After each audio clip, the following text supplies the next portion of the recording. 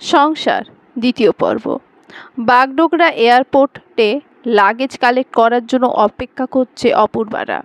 পাশ থেকে অপূর্বার কানে কানে বলে উঠল সুজয়, এই সমুদ্র নীল সালোয়ার কামিজে কি মিষ্টি লাগছে তোমায়। হোটেল অবধি পৌঁছাতে 10 হয়েছে না।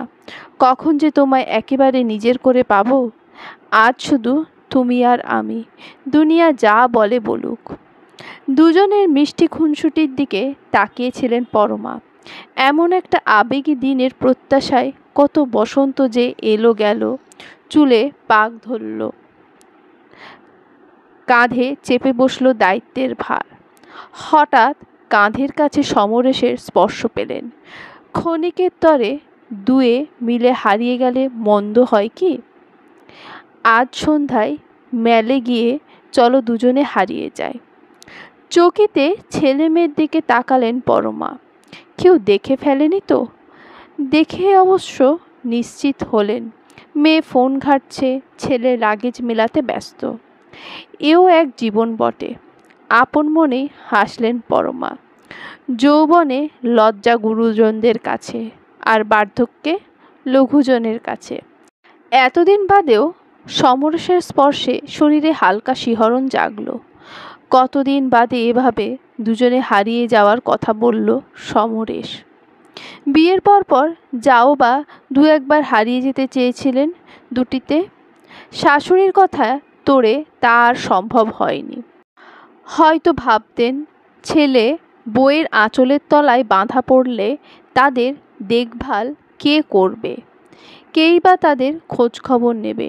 টাকাই শেষ কথা নয়, দিন শেষে মানুষের পাশে দাঁড়ানোর জন্য মানুষ দরকার।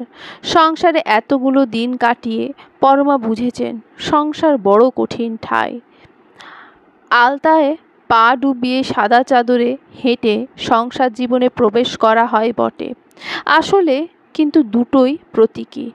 দেখতে চাদর হলেও আসলে ওটা কাটার তৈরি রাস্তা।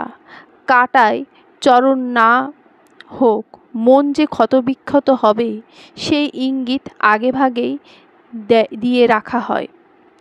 ছুটিতে নিয়মিত বাড়ি আসতেন সমরেশ, কিন্তু একবার পরমা ভাবলেন সারপ্রাইজ দেবেন। শ্বশুরবাড়িতে আসার পর তেমন চর্চা না থাকলেও সুরেলা গলা খেলতো বেশ। সব কাজ সেরে নীলাম্বরী শাড়ি পরে চুলে বেলি ফুলের মালা জড়িয়ে ছাদে চলে গিয়েছিলেন দুজনে। সমরেশের সাদা পাঞ্জাবি জুড়ে আতরের সুবাস। কলকাতার টিপু সুলতান মসজিদের পেছনের একটা আতরের দোকান থেকে কেনা। পরমাই ঠিকানা দিয়ে বলেছিলেন, বাবাও যে তার কিনতেন ওখান থেকেই। ভারী মিষ্টি গন্ধ ছড়িয়ে পড়েছিল তার থেকে। জ্যোৎস্নাকালে ভেসে যাচ্ছিল চারপাশ।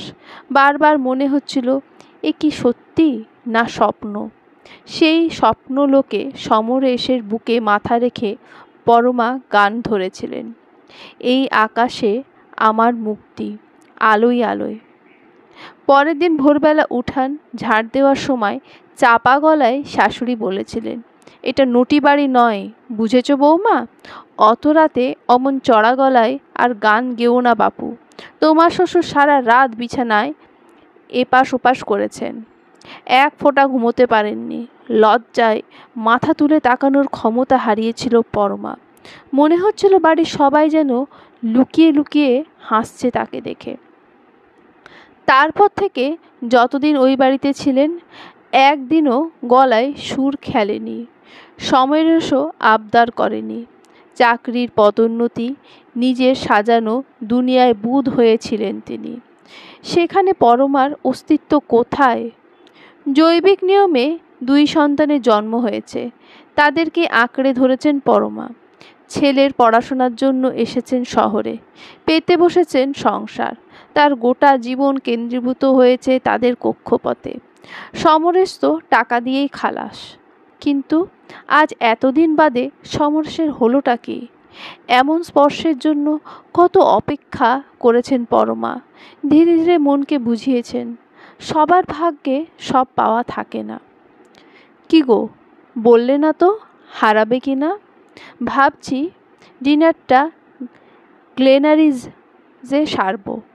আর তার আগে তোমার পছন্দের চকো অরেঞ্জ পেস্ট্রি খাবো, কিংবা ক্যাভেন্টার্সে breakfast, hot chocolate, sunny side up আর সসেজ প্ল্যাটার।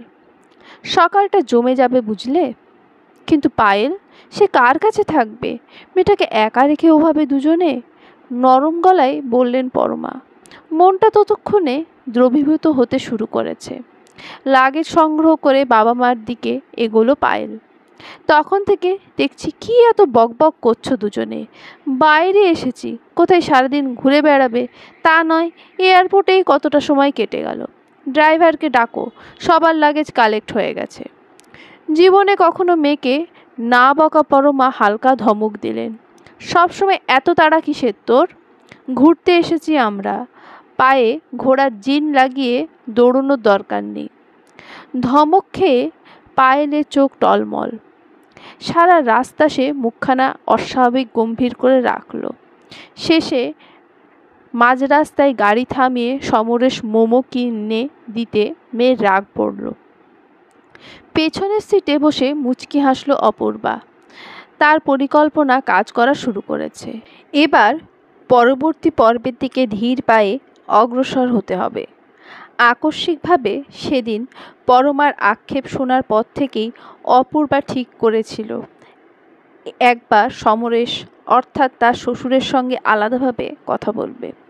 সেই মতো যখন পরমা প্রত্যেক দিন সকালে পুজোর ঘরে ঈশ্বরের আরাধনায় মগ্ন থাকেন, পরিবারের সকলের মঙ্গল কামনা করেন, সেই সময়টা বেছে নিয়েছিল অপূর্বা।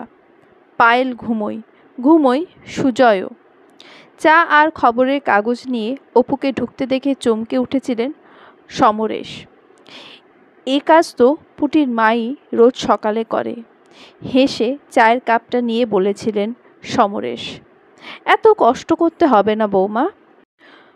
তোমার একটু বেলায় ওঠার অভ্যাস জানি, আমার জন্য সেই অভ্যাস পরিবর্তন করার দরকার নেই। যাও, ঘরে গিয়ে রেস্ট নাও। জানো তো, ছেলে মেয়েদের ভালো থাকতে দেখলেই বাবা মায়ের শান্তি। কথাটা লুফে নিয়েছিল অপু। আর স্ত্রীর খুশির কথা কে ভাববে বাবা? একটা সংসারে স্ত্রীর খুশির গুরুত্ব কতখানি। যে মানুষটা নিজের পরিবার, অবাল্যের চেনা পরিচিত মানুষজনের সঙ্গ ছেড়ে আসে সারাটা জীবন আর একটা পরিবারের সুখের জন্য লড়াই করে যায়, বিন্দু মাত্র না ভেবে নিজের ইচ্ছা অনিচ্ছে বিসর্জন দেয়, তার খুশি স্বামীর কাছে কতখানি দামি। কতটা ভাবে সে অগ্নিসাক্ষী করা 7 জন্মের বন্ধনে আবদ্ধ স্ত্রীকে নিয়ে। ভ্রু কুঁচকে অপুর দিকে তাকিয়েছিলেন সমরেশ। বুঝতে পারছিলেন না এ অভিযোগের উৎসকে। অপুর কথাগুলো তাকে যেন ভেতর থেকে নাড়িয়ে দিচ্ছিল। অনেক ভাবনা চিন্তা করে শেষে অবাক গলায় বলেছিলেন, সুজয় কি তোমার সঙ্গে কোনো মিসবিহেভ করছে? আমায় বলতে পারো, আমি ওকে বুঝিয়ে বলবো। মিষ্টি করে হেসেছিল অপু। সুজয় নয় বাবা, আপনার কথা বলছি। আমি কি করেছি? আমতা আমতা করছিলেন সমরেশ। ছোট মুখে বড় কথা বলছি বলে কিছু মনে করবেন না বাবা। ভালোবাসলে তাকে প্রকাশ করতে হয়, নইলে উল্টো দিকে থাকা মানুষটা বুঝবে কিভাবে? আমি জানি আপনি মাকে ভীষণ ভালোবাসেন, কিন্তু সেটা যদি না বুঝিয়ে দেন, মা কিভাবে অনুভব করবেন? সুস্বাদু রান্না সুন্দরভাবে পরিবেশন করলে তার স্বাদ যেমন বহুগুণে বেড়ে যায়, তেমনি মনের গভীরে লুকিয়ে থাকা ভালোবাসার অনুভূতিদেরও প্রকাশ করতে হয়। ব্যস্ততার চাপে আপনি ভুলেই গেছেন একদিন মা কি সুন্দর গান গাইতেন।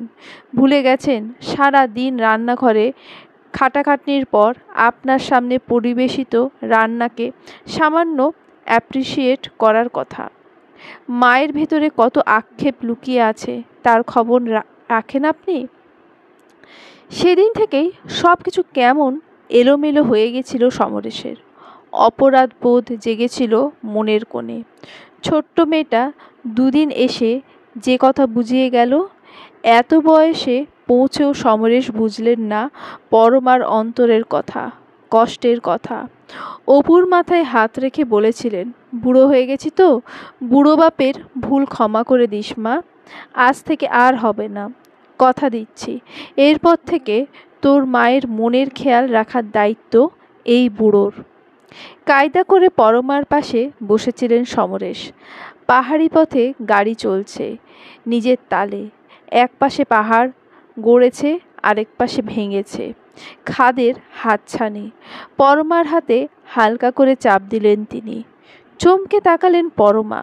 সমরেশের ঠোঁটে দুষ্টু হাসি, সেই হাসির রেশ ছুঁয়ে গেল পরমার ঠোঁটে। ঝাঁ চকচকে লবিতে ঢুকতেই সুদর্শন একটা ছেলের দিকে চোখ গেল অপূর্বার। পায়েলের দিকে তাকিয়ে মারকাটারি স্মাইল দিল না, যেমনটা খুব চেনা মানুষজনের মধ্যে হয়। আর চোখে সেদিকে তাকালো পায়েল। মুচকি হাসি ফুটে উঠল ঠোঁটের কোণে। তবে এই ব্যাপার, ঘুরতে এসে প্রেমিককেও ডেকে নেওয়া হয়েছে, তাই বুঝি গাড়িতে আসার সময় অত সুন্দর প্রাকৃতিক দৃশ্য ভুলে ফোনেই মগ্ন হয়েছিল মেয়ের চোখজোড়া। আপন মনেই মুচকি হাসল অপূর্বা। যদি তার ধারণা সত্যি হয় তবে মনে হচ্ছে একটা টোটকা পাওয়া গেছে।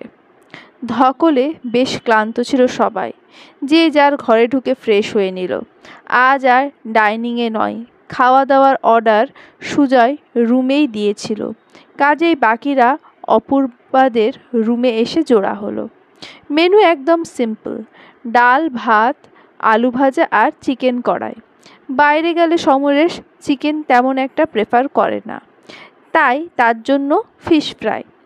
আমাদের বাঙালি ফিশ ফ্রাই নয়, এখানকার ফিশ ফ্রাই মানে আমাদের গোদা বাংলায় মাছ ভাজা। কিন্তু সবাই যা খাবে তা কি আর পায়েলের মুখে রোচে? সেই সব সময় আমি সর্বোত্তম এই নীতিতেই বিশ্বাসী।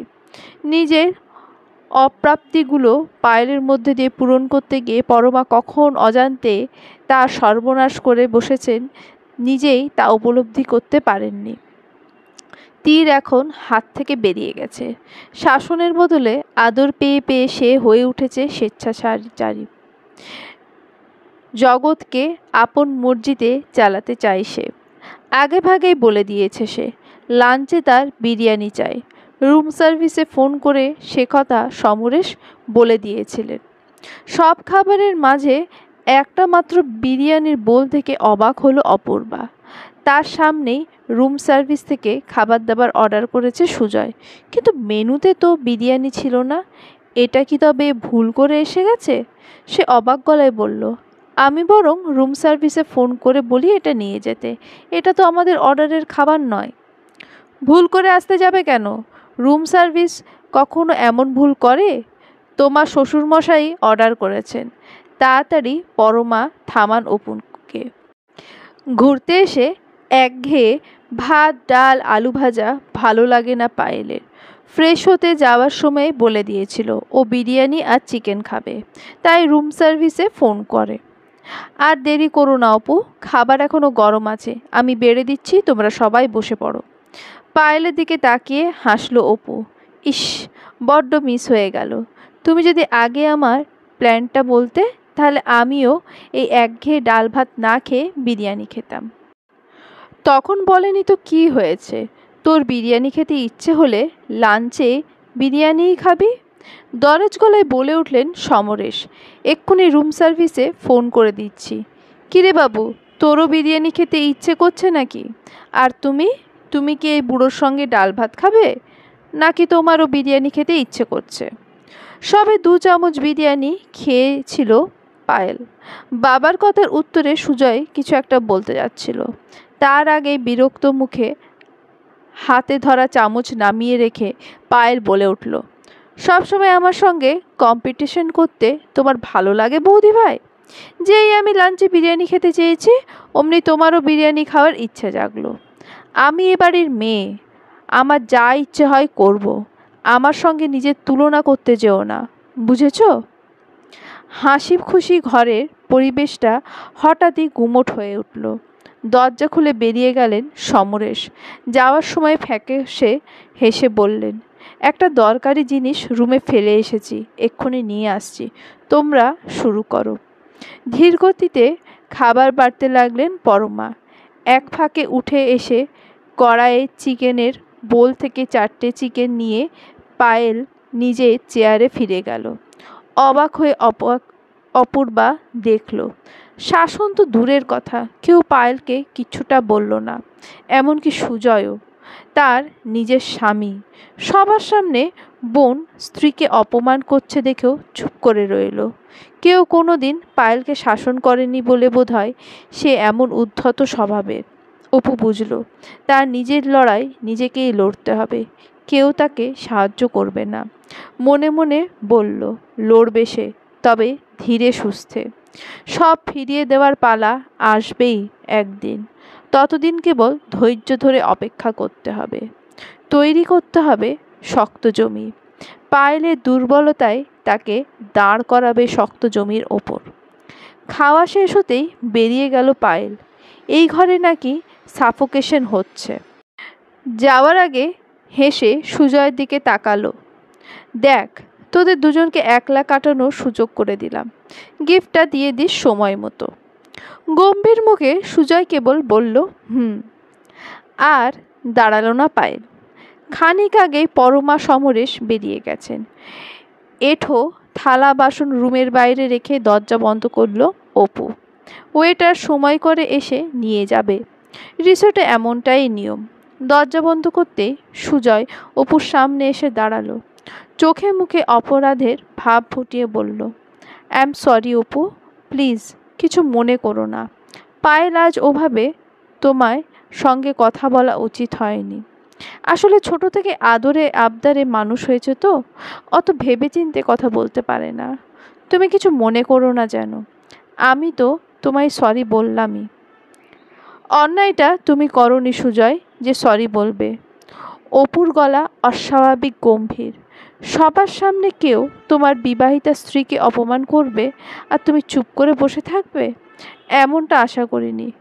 ভেবেছিলাম কেউ কিছু বলুক বা না বলুক, অন্তত তুমি পায়েলের এই আচরণের প্রতিবাদ করবে। পায়েল তোমার বোন হলে আমিও তোমার বউ। মনে রেখো, ব্যালেন্স করে চলার নামই সংসার। তুমি অকারণেই হাইপার হচ্ছ। বিরক্তি ঝরে পড়ল সুজয়ের কণ্ঠস্বরে। পায়েল ইম্যাচিওর, ওকে নিয়ে এত ভেবে সময় নষ্ট করা বোকামি। সময় হলে দেখবে ঠিক শুধরে যাবে। একটা দীর্ঘশ্বাস ফেলল অপু। বিষ বৃক্ষের চারাকে শুরুতেই বিনষ্ট করতে হয়, তা না হলে সে মহিরুহে আকার ধারণ করে জমিকেই বিষাক্ত করে তোলে। কি করবে সে, কিভাবে পায়েলকে শোধরাবে? আরে এসো, আর কত দেরি করবে? বিকেলে তো আবার মেলে হাঁটতে যেতে হবে। তোমাদের মেয়েদের শপিং টাইম বলে কথা, একবার শুরু হলে আর শেষ হতে চায় না। তা কি কি কিনবে বলে ঠিক করেছো? টাইগার হিলের সূর্যোদয় দেখতে গিয়ে লবির ছেলেটিকে আবারও দেখতে পায় অপু। পায়েলের হাসি মুখখানা অনেক কথাই বুঝিয়ে দেয় তাকে। সে কিছু বলার আগেই ছেলেটা এগিয়ে আসে তাদের দিকে। পরমা খানিক অবাক হয়ে তাকালে ছেলেটি হেসে ফেলে। আমি কনিষ্ক আগরওয়াল, পায়েলের জিগরি দোস্ত। আপনাদের দেখতে পেলাম তাই পরিচয় করতে এগিয়ে এলাম। আপনি পায়েলের মাতাজি তো? চোখ সরু করে মেয়েকে মাপলেন পরমা। ছোট থেকেই স্বাধীনতা দিয়েছেন, একথা সত্য, কিন্তু তা বলে এতটা বাড়াবাড়ি? ঘনিষ্ঠ বন্ধু বলে সোজা মেয়ের পিছু পিছু দার্জিলিং অবধি হানা দিয়েছে। শুধু কি বন্ধু, নাকি আরও কিছু? পায়েলের মুখের হাসি দেখে এমনটা মনে হচ্ছে না, মনে হচ্ছে সম্পর্ক অনেক গভীর। সব মেয়েদেরই ষষ্ঠ ইন্দ্রিয় থাকে, সে ইন্দ্রিয় ইঙ্গিত দিচ্ছে। পরমা বুঝতে পারছেন বিপদ আসছে সামনে। এই ছেলেটা কনিষ্ক আগরওয়ালই সেই বিপদের নাম। প্ল্যানটা সুজয়ই পাল্টেছে। সিকিমের চেয়ে দার্জিলিং কাছে হবে, তাছাড়া অল্টিটিউডের একটা ব্যাপার আছে, কষ্ট কম। সবে লো প্রেশারের সমস্যা থেকে সেরে উঠেছেন, এখনই বেশি উচ্চতায় না যাওয়াই ভালো। সমস্যা বাড়তে বাইরে ঝামেলায় পড়তে হবে। তার চেয়ে বাঙালির চিরচেনা দীপুদার ডাকেই টেনে আনা হোক। কিন্তু এ কি হলো? দার্জিলিংয়ে এসে এ কোন ঝামেলায় পড়লেন পরমা? ততক্ষণে সমরেশ এগিয়ে গেছেন ছেলেটির দিকে। তুমি একা, নাকি সঙ্গে ফ্যামিলি কেউ আছে? একা হলে আমাদের সঙ্গে জয়েন করতে পারো, গাড়িতে জায়গাও রয়েছে, অসুবিধা হবে না। পরমা বাধা দেওয়ার আগেই খেয়ালি সমরেশ প্রস্তাব করে ফেলেছেন। তাকিয়ে দেখলেন, কথাটা শুনে পায়েলের ঠোঁটে ফুটে ওঠা হাসি আরও খানিকটা চওড়া হলো। পাহাড়ি মনোরম পরিবেশে পছন্দের মানুষের সঙ্গ লাভ, জীবনে এর চেয়ে বেশি আর কি চাই? তৎক্ষণাৎ প্রস্তাব লুফে নিল ছেলেটা। একগাল হেসে বলল, তাহলে আপনাদের সঙ্গেই জুড়ে যাই, কি বলেন? একা একা ঘোরার চাইতে দল বেঁধে ঘোরাই ভালো, তাই না বৌদি? কি পায়েল, আমি ঠিক বললাম তো? মুচকি হেসে ঘাড় নাড়ালো পায়েল। বেশ মজা লাগছে তার। এতদূর মজা হবে সে ভাবেনি। কনিষ্ক সবাইকে মাতিয়ে রাখতে পারে। যতটা ভেবেছিল তার চেয়েও আরও ভালো হবে ব্যাপারটা। অতিরিক্ত প্রগল্ভ। এই ছেলের স্বভাব ভালো হবে তো? চাউনিটা মোটেই সুবিধার ঠেকল না অপূর্বার চোখে। কিন্তু এই মুহূর্তে কিছু বলল না অপু। সে জানে এখন কিছু বলতে গেলেই খারাপ হবে। পায়েলের ভাবভঙ্গি বলে দিচ্ছে অনেক দূর এগিয়ে গেছে এই ছেলের সঙ্গে। এখন উপায় একটাই, সে যদি নিজের ভুল বুঝতে পারে সরে আসে। কিন্তু এই কদিনে যেহেতু বুঝেছে,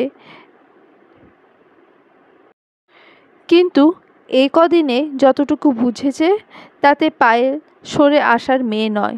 সে অত্যন্ত জেদি এবং স্বেচ্ছাচারী। নিজেকে প্রশ্ন করল অপু। বিয়ের পর দিন সুজয়ের বাড়ি আসার সময় তাকে তার সঙ্গে নানান কৌশলে খারাপ ব্যবহার করেছে পায়েল। বারংবার বুঝিয়ে দিয়েছে এই সংসার সে বহিরাগত। তবু কেন পায়েলের ভালো মন্দ নিয়ে এত ভাবছে সে? কেন মাথা ঘামাচ্ছে এসব নিয়ে? পরমা, কেবল পরমার জন্য? সে কোন ছোটবেলায় মাকে হারিয়েছে অপু। মায়ের স্নেহ খানিক পেয়েছে প্রিয় বন্ধু ইমনের মায়ের কাছে, নইলে মাতৃস্নেহ কি তার অজানাই থেকে যেত। অবশ্য সে বড় পর্দায় দেখেছে ছেলে মেয়ের জন্য মাকে জল খেয়ে থাকতে, হাজারো কষ্ট সহ্য করতে। তবে জ্ঞানও তো কোনোদিন বাবাকে বুঝতে দেয়নি সে মাকে ভীষণ মিস করে। বুঝতে পারলে ভেতরে ভেতরে ভীষণ রকম কষ্ট পেত বাবা। কিন্তু সুজয়ের মুখে পরমার গল্প শোনার পর, ফোনে ছবি দেখার পর কোথাও গিয়ে তার মনে হয়েছিল মা বোধহয় এমনটাই হন। ছোটবেলায় তাদের দেশে হারিয়ে গেল, তারাদের দেশে হারিয়ে গেল নতুন বাড়িতে নিশ্চয়ই সে মাকে খুঁজে পাবে। আজ না হোক কোনো একদিন ভালোবেসে আপন করে নেবেন তাকে। সেই জন্যই হয়তো পায়েলের এমন কঠোর আচরণও তার মনোজগতে তেমন একটা প্রভাব ফেলতে সক্ষম হয় না। কিছুতেই সব ছেড়ে চলে যাওয়ার কথা ভাবতে পারে না সে। শুধু স্বপ্ন দেখে সেই দিনটার, যেদিন পরমা মায়ের মমতায় বুকে জড়িয়ে নেবেন তাকে, ভালোবাসবে। কিন্তু অপুর এ স্বপ্ন কি কখনো সত্যি হবে? কানের পাশে মুখ এনে বলল সুজয়, বেশ স্মার্ট কিন্তু ছেলেটা, কি সুন্দর চট করে অচেনা একটা ফ্যামিলির সঙ্গে ভাব জমিয়ে নিল। আমি পারতাম না, যাই বলো। সে হাসল কেবল, উত্তর দিল না। সূর্যোদয়ের অপরূপ সৌন্দর্য দেখে পায়ে হেঁটে ওরা গাড়ির দিকে ফিরতে লাগলো। লম্বা লম্বা পা ফেলে হাঁটছিল সুজয়, সঙ্গে কনিষ্ক। যেতে যেতে কথা বলছিল দুজনে। ওদের তিন পুরুষের ব্যবসা, ফ্যামিলির বড়রা কম বেশি সবাই প্রায় কলকাতায়, তবে ইয়াং জেনারেশন ছড়িয়ে যাচ্ছে। ওর অনেক কাজিনই দুবাই, সিঙ্গাপুর, ইউরোপ, আমেরিকায় ছড়িয়ে ছিটিয়ে আছে। হেসে বলল কনিষ্ক, আমরা অবশ্য কলকাতা ছাড়া ইচ্ছা নেই। কেন ছাড়বো বলেন তো?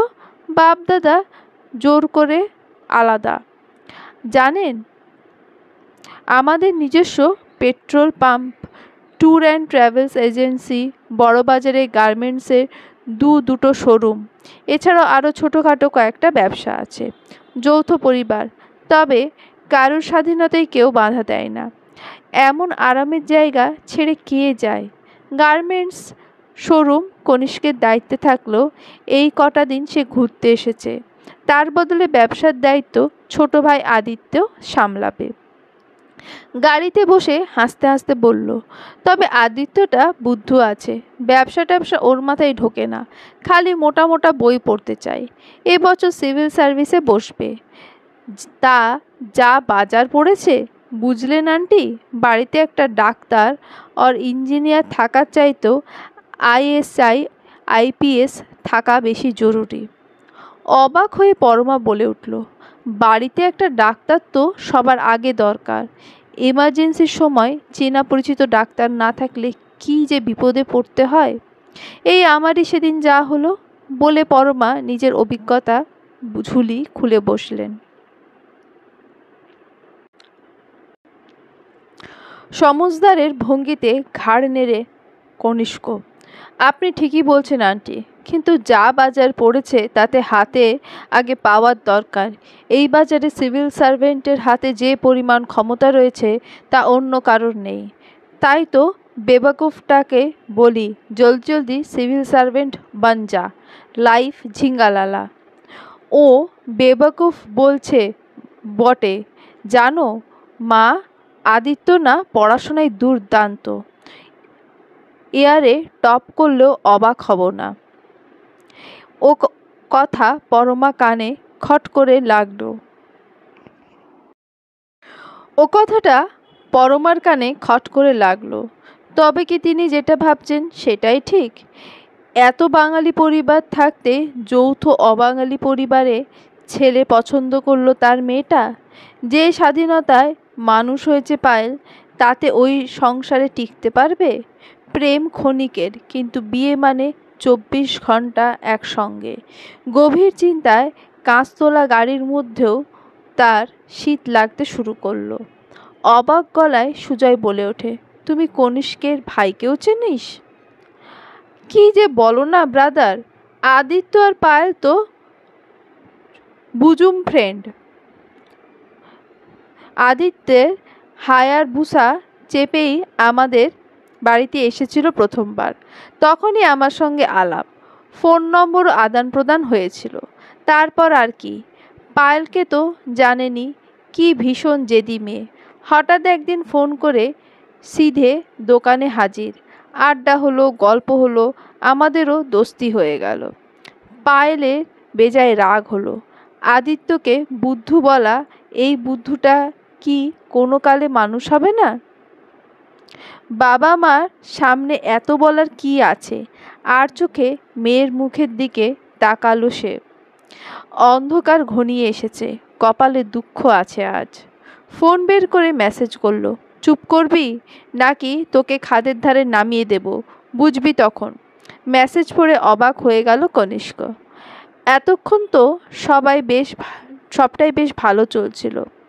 পায়েলই তো তাকে ফোন করে বলেছিল দার্জিলিংয়ে চলে আসতে, বাড়ির সবার সঙ্গে আলাপ জমাতে, হাসি খুশি থাকতে, নানা রকম কথা বলে মাতিয়ে রাখতে। তাহলেই নাকি বাড়ির সবাই তাকে মেনে নেবে। তাহলে এখন আবার হলোটা কি? আদিত্য ঠিকই বলছিল, এই বাঙালি মেয়েদের রকম সকম বোঝা দেয়। সবটাই লক্ষ্য করছিল অপু। কথা বরাবরই কম বলে সে, কাজ লক্ষ্য করে বেশি। আইফোনের দিকে তাকিয়ে কনিষ্ক হঠাৎ চুপ হয়ে যাওয়াটা লক্ষ্য করলো সে। মনে হচ্ছে বিষয়টা গভীরে গিয়ে তদন্ত করতে হবে। কনিষ্ক কি সত্যিই পায়েলকে ভালোবাসে? কিন্তু ছেলেটার হাবভাব।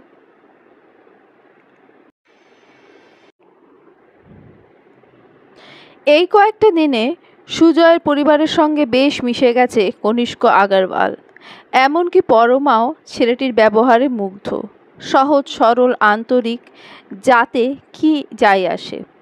পায়েল কনিষ্ক, অপু আর সুজয় একদিন ওখানকার লোকাল থিয়েটারে একসঙ্গে মুভি দেখতে গিয়েছিল। বলা ভালো সমরেশই জোর করে পাঠিয়েছিলেন, নিজেরা একসঙ্গে সময় কাটাবেন বলে। তিনি যে পরমাকে কথা দিয়েছেন দুজনে একসঙ্গে গ্লেনারিজ যাবেন, পরমার পছন্দের চকো অরেঞ্জ পেস্ট্রি খাবেন। পাহাড়ের ঢাল বেয়ে উঠতে হাঁপিয়ে যাচ্ছেন পরমা। যত্নে সমরেশ জড়িয়ে নিয়েছেন হাতটা। হঠাৎই যেন সব কিছু বড্ড ভালো লাগছে তার। এই পাহাড়ি রাস্তা, এই চড়াই, এই সহজ সরল মানুষজন, চারপাশের পসরা।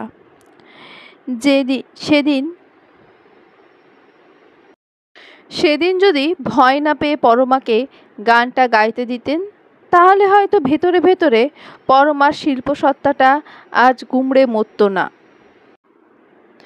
কিন্তু মাকে যে তখন বড্ড ভয় পেতেন সমরেশ। মায়ের মুখের ওপর কথা বলার সাহস ছিল না তার।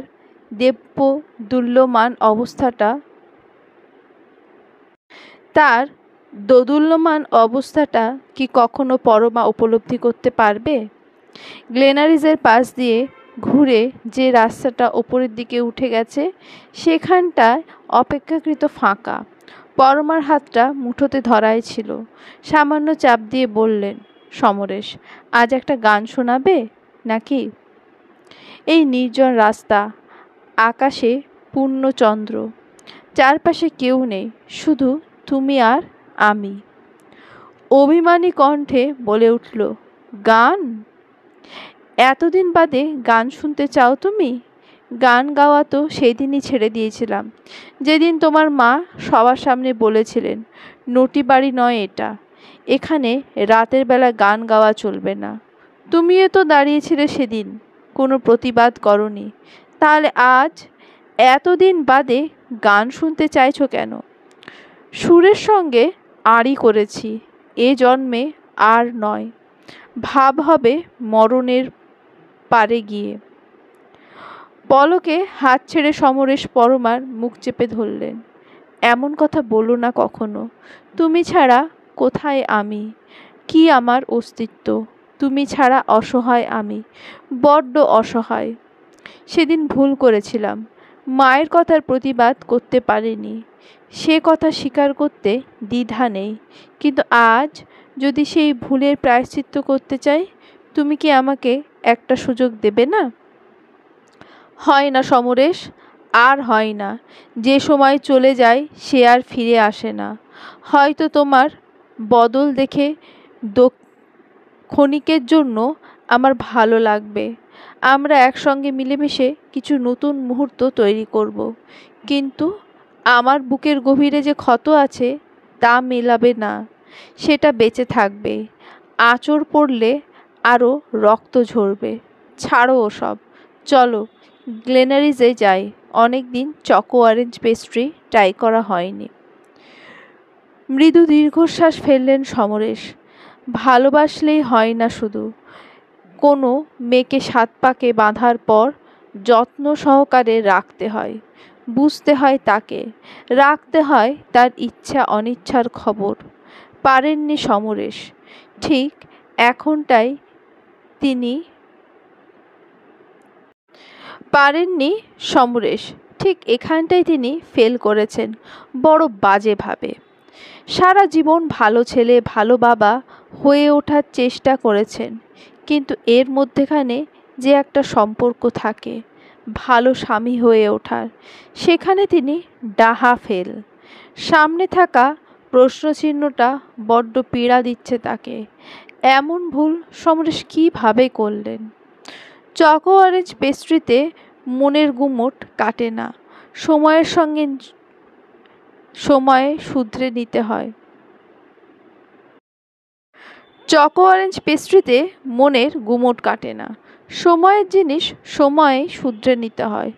অসময়ে হয়তো চেষ্টা করা যায়, কিন্তু বুকের গভীরে যে ক্ষত আঘাতে আঘাতে বেড়ে উঠেছে, তাতে প্রলেপ পড়ে কি? চেনা শহরে ফিরে এসেছে অপুরা। অনেকগুলো ছুটি কেটেছে। এবার সময়ের দাবি মেনে কাজকর্মে ফেরার পালা। দিনগত পাপক্ষয়ী জীবনের সত্য। আনন্দের দিনগুলো তো মুহূর্তেই ফর্মাল ড্রেসে ডাইনিং টেবিলে বসলো অপু। সুজয় তখন বেডটি খেয়ে আয়েশ করে মোবাইল ঘাঁটছে। অর্কদ্যুতির কাছে অপুর পছন্দের কথা আগেভাবেই জেনে নিয়েছিলেন পরমা। সেই মতো একটু বেশি চিজ দিয়ে বানিয়েছেন ভেজ স্যান্ডউইচ, স্যালাড আর ফ্রুট জুস। কবজিতে বাঁধা সময় দেখতে দেখতে যা হোক করে খাবারগুলো খেতে লাগলো সে। খেতে খেতে চুমুক দিতে লাগলো ফ্রুট জুসে। বরাবরই অফিসে যাওয়ার সময় এমন তাড়াহুড়ো করে খায় অপু, কিন্তু আজ জায়গা বদলেছে, বদলেছে পরিস্থিতিও। পরমার মনে হলো এত যত্ন করে সে বৌমার মনের মতো পছন্দসই খাবার বানিয়ে দিয়েছে, তা সত্ত্বেও মেয়েটা কেমন ফেলে ছড়িয়ে খাচ্ছে। খাওয়ায় তেমন একটা গোছানো ভাব নেই। এই মেয়ে সংসার করবে কিভাবে? তিনি না থাকলে ছেলেটার যত্ন হবে তো? গম্ভীর মুখে বলে ওঠেন, ধীরে সুস্থে খাও অপু, এমন ভাব করছো যেন এক্ষুনি ট্রেন ধরতে দৌড়াবে। অফিসের গাড়িতেই তো যাবে, এত তাড়া কিসের তোমাদের? বুঝি না বাপু। মনে রেখো, বিয়ে হয়ে গেছে তোমার, আগে সংসারের কাজ, তারপর অফিস। প্রাণপণে ফলের জুস গিলতে গিলতে অপু বলে উঠতে পারল না, অফিসের গাড়ির কোনো দায় নেই তার জন্য অপেক্ষা করার। সময়ের মধ্যে অফিসে ঢুকে কার্ড পাঞ্চ না করলে তাকেও ছেলেদের মতো কৈফিয়ত দিতে হয়। কাজ ভাগ করার সময় অফিসের বস ছেলে মেয়ের বিচার করে না। গাড়ির হর্ন শুনতে পেয়ে অপু যখন ব্যাগ কাঁধে দৌড়ানোর দশা, তখনই ঘুম থেকে উঠে চোখ মুছতে মুছতে ঘরে ঢুকলো পায়েল। আজ থেকেই তাহলে বৌদি ভাইয়ের দৌড় শুরু হয়ে গেল? জুতোর ফিতে আঁটতে আঁটতে কোনো রকমে বলল অপু, তোমার জন্য কিছু আনতে হবে? হোয়াতে দুপুরবেলা লিস্ট পাঠিয়ে দেব। অফিসে বুঝি তোমাদের ফর্মাল ড্রেস, সালোয়ার কামিজ চলে না? ঠিক ধরেছ, অধিকাংশ কর্পোরেট অফিসেই ড্রেস কোড আছে। আমি ভেবেছিলাম তুমি এইসব জানো, বড় তো যথেষ্ট হয়েছ। গম্ভীর মুখে বলে দরজার দিকে রওনা দেয় অপু। আসছি মা বলে বেরোনোর সময় কয়েক মুহূর্তের মধ্যেই গাড়ি চলে যাওয়ার শব্দ শোনা যায়। বিয়ে হতে না হতেই এইসব জামা কাপড়? কি বলবো, বললেই বলবে অফিসের ড্রেস কোড। গজগজ করেন পরমা। ড্রেস কোড না ছাই, অমন জামা কাপড় না পরলে লোকের সামনে নিজেকে মেলে ধরবে কিভাবে? আমার দাদাটা বোকা, তাই না? না হলে কি আর? বৌদি ভাই দাদাকে নিজে তালে নাচাচ্ছে, দেখলে না আমার সঙ্গে কেমন তির্যক ভঙ্গিতে কথা বলল। ডাইনিংয়ে বসতে বসতে বলল পায়েল, ফ্রুট জুসটা দাও, ক্লাস আছে তো। সন্ধেবেলা সুজয় আগে ফিরল, হাতে পায়েলের পছন্দের ব্র্যান্ডের মোমোর কয়েকটা প্যাকেট। মা, গরম গরম দিয়ে দাও সবাইকে। অবাক হয়ে পরমা বলল, এক্ষুনি খেয়ে নিবি সবাই? অপু তো এখনো ফেরেনি।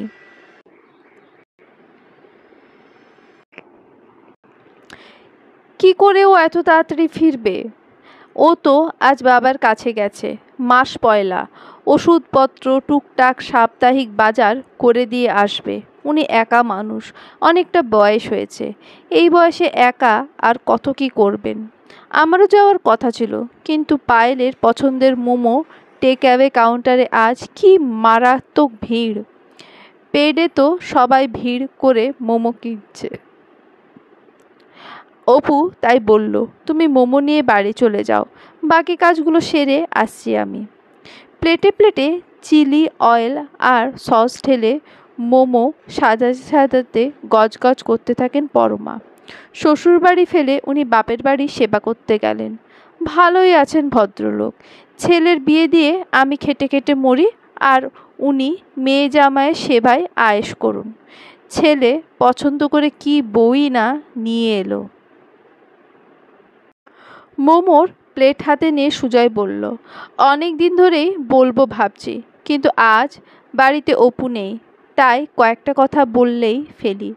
দেখো মা, সময় বদলাচ্ছে, বদলাচ্ছে পরিস্থিতি, তার সঙ্গে তাল মিলিয়ে আমাদেরও বদলাতে হবে।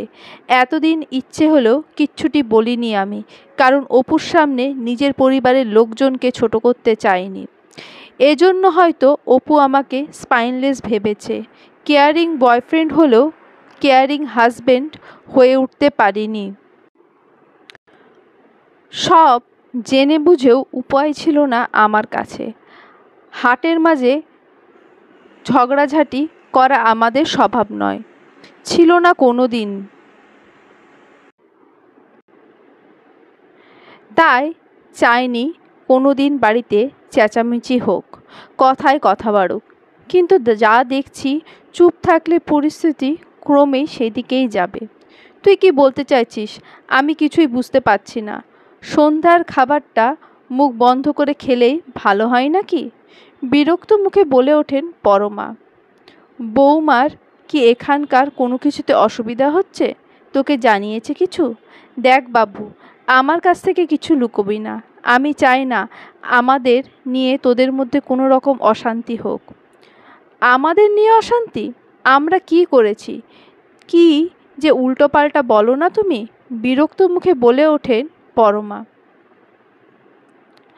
দেখো বাবা মা, হয়তো ব্যাপারটা বুঝতে পারছো না। বাধ্য হয়ে আমাকে এই প্রসঙ্গে অবতারণা করতে হচ্ছে। দেখো মা, তুমি যথেষ্ট। দেখো বাবা মা, হয়তো ব্যাপারটা বুঝতে পারছো না। বাধ্য হয়ে আমাকে এই প্রসঙ্গের অবতারণা করতে হচ্ছে। দেখো মা, তুমি যে কষ্ট পেয়েছো তাকে তো আর চেষ্টা করেও বদলাতে পারবো না। কিন্তু সেই একই জিনিস অপুর সঙ্গে করা কি উচিত হচ্ছে? তুমি যেমন ঠাকুরমার প্রতি সারা জীবন শুকনো কর্তব্য পালন করেছো, কখনো মন থেকে ভালোবাসতে পারোনি, অপুও কিন্তু ভবিষ্যতে তোমার সঙ্গে ঠিক সেটাই করবে। কেন করবে সেটা তুমিও ভালো মতো জানো। ভবিষ্যৎ কিন্তু অতীতেরই প্রতিফলন। তখন থেকে দেখছি তুই উল্টোপাল্টা বললে চলেছিস। তোর বউয়ের সঙ্গে কি করেছি আমি? একটু আগেই তুমি গজগজ করছিলে অপু কেন বাপের বাড়ি গেছে তা নিয়ে। মা, তুমি সেদিনের কথা ভুলে গেলেও আমি কিন্তু ভুলিনি। তোমারও ইচ্ছে হতো মামা বাড়ি যেতে, কিন্তু সব সময় পেরে উঠতে না। যদি কখনো চিঠিতে বা পাশের বাড়ির ল্যান্ডফোনে দাদু অথবা দিদার অসুখের খবর আসতো, সবাইকে লুকিয়ে ঘরে বসে একাকী গুমড়ে গুমড়ে কাঁদতে। সবটাই আমার চোখের সামনে ঘটেছে মা। তাও তোমার ভাই ছিল, একটা ছোট বোন ছিল, দাদু দিদাকে দেখে রাখার লোকজন ছিল। ওর তো অপু ছাড়া কেউ নেই মা। বাবাকে যদি মেয়ে না দেখে তো কে দেখবে? ভেতরে ভেতরে চমকে উঠল পরমা। এভাবে তো কখনো ভেবে দেখেনি। সত্যি কথাই তো বলেছে বাবু। অর্কদূতি এখানে মেয়ের বিয়ে দিয়েছেন বলে নিশ্চয়ই তার বেঁচে থাকার মেয়াদ শেষ হয়ে যায়নি। সবার আগে অপূর্বা তার বাবার মেয়ে, তারপর এই বাড়ির বউ। পরমার ভেবে বেশ গর্ব হলো তিনি ছেলেকে সঠিক শিক্ষায় মানুষ করতে পেরেছেন, নইলে তার চিন্তাধারা এমন উন্নত হতো না। হাসি মুখে বললেন, আমি ভুল করেছিলাম। তুই ভুল শুধরে দিয়ে খুব ভালো করেছিস। তবে নতুন সংসারে এসেছে যখন অপূর্বাকেও কিছু অভ্যাস ছাড়তে হবে। দুটো বাড়ির কাজকর্ম চিন্তাধারায় ফারাক আছে, থাকবেও, সেটা ওকে বুঝতে হবে। উল্টোপাল্টা কথা বলে দাদা, তোমাকে কনভিন্স করার চেষ্টা করছে মা। বৌদি ভাইয়ের কাছে ঝাড় খেয়েছে তো, ওসবে কান দিও না তুমি। একবার তুমি যদি নরম হও, বৌদি ভাই কিন্তু পেয়ে বসবে। ভুল করার একটা সীমা আছে পায়েল, তুই সেটা পেরিয়ে যাচ্ছিস। সেদিন রিসর্ট রুমে অপুর সামনে উল্টোপাল্টা বলে দাদা তোমাকে কনভিন্স করার চেষ্টা করছে মা। বৌদি ভাইয়ের কাছে ঝাড় খেয়েছে তো, ওসবে কান দিও না তো তুমি। একবার তুমি যদি নরম হও, বৌদি ভাই কিন্তু পেয়ে বসবে। ভুল করার একটা সীমা আছে পায়েল, তুই সেটা পেরিয়ে যাচ্ছিস। সেদিন রিসর্ট রুমে অপু সামনে ছিল বলে তোকে কিচ্ছু বলিনি। মনে রাখিস, যে আদর দেয় সে কিন্তু শাসনও করে। প্রথম দিন থেকেই দেখছি অপুর সঙ্গে কিছু না কিছু নিয়ে তোর সমস্যা হচ্ছে। দূরে থাকলেও আমি কিন্তু সবটাই লক্ষ্য করেছি। মনে রাখিস, তোরা দুজনেই আমার খুব কাছের। একজনের জন্য আরেকজনকে কষ্ট পেতে দেব না। শুধু শুধু তিলকে তাল করছিস দাদা। সমস্যাটা আমার হচ্ছে না, হচ্ছে তোর বউয়ের। তাই দেখ, বউয়ের পক্ষ নিয়ে তুই নিজে একমাত্র বোনের সঙ্গে ঝগড়া করে যাচ্ছিস। ঝগড়া করছি না আমি, শুধু তোদের বোঝানোর চেষ্টা করছি। যে কোনো মানুষকে বোঝার জন্য সময় দিতে হয়, তেমনি যে কোনো সম্পর্ককে আপন করতে নিলে ভালোবাসতে হয়। অপু আমাদের সংসারের নতুন মানুষ, সে এখানকার রকম সকম জানে না, তাকে মানিয়ে নেওয়ার জন্য সময় দিতে হবে। তোরা যদি তাকে আপন না করে নিস, না বুঝিয়ে দিস, তবে এই সংসারকে নিজের ভাববে কিভাবে সে? রাগ না করে ঠান্ডা মাথায় একটু ভেবে দেখিস। দেখ দাদা, তুই যতই উল্টোপাল্টা কথা বলে আমাদের কনভিন্স করার চেষ্টা কর, শ্বশুরবাড়ির নিয়মকানুন সব মেয়েকেই মানিয়ে নিতে হয়। আবহমান কাল থেকে এটাই হয়ে এসেছে। তোর বউ নিশ্চয়ই কোনো ব্যতিক্রমী চরিত্র নয়, তাহলে আমাদেরকে কেন মানিয়ে নিতে হবে? তোর বউ রোজগেরে বলে? তেমন হলে তোর বউকে চাকরি ছেড়ে দিতে বল, ওর টাকায় তো আর আমাদের সংসার চলে না। তোকে খুব ভালোবাসি পায়েল, নইলে হয়তো এই কথা শোনার পর হাতটা নিজের বশে থাকতো না। একটা কথা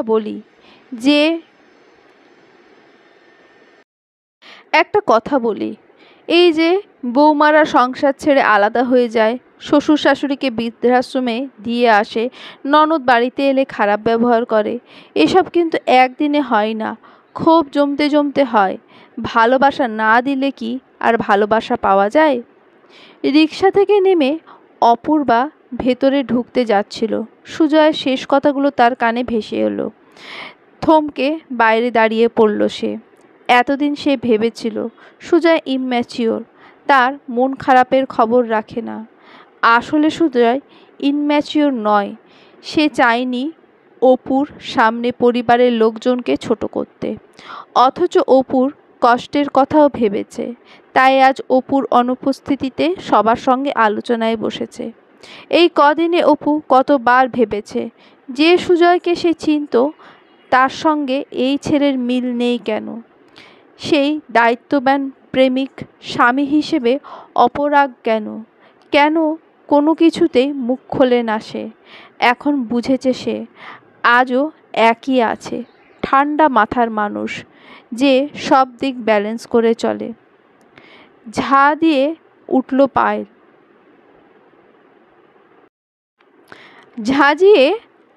পায়েল। দেখেছো মা, তোমাদের সামনেই দাদা আমার সঙ্গে কেমন কথা বলছে। এখনই যা অবস্থা দেখছি, তাতে তোমরা না থাকলে এই বাড়িটা আসার পাট আমার তুলে দিতে হবে। জীবনে বোধহয় এই প্রথমবার এত গম্ভীর সুরে মেয়ের সঙ্গে কথা বললেন পরমা। তোমার দাদা ঠিকই বলেছে, ভুলটা আমাদেরই ছিল। অপু এ বাড়িতে নতুন, ওকে ভালো না বাসলে, আপন করে না নিতে পারলে ওই বা কীভাবে আমাদের আপন করে নেবে? চোখে জল এলো অপুর। সুজয়ের মতো শান্ত স্বভাবে বোঝাতে কি পারত সে? চলবে।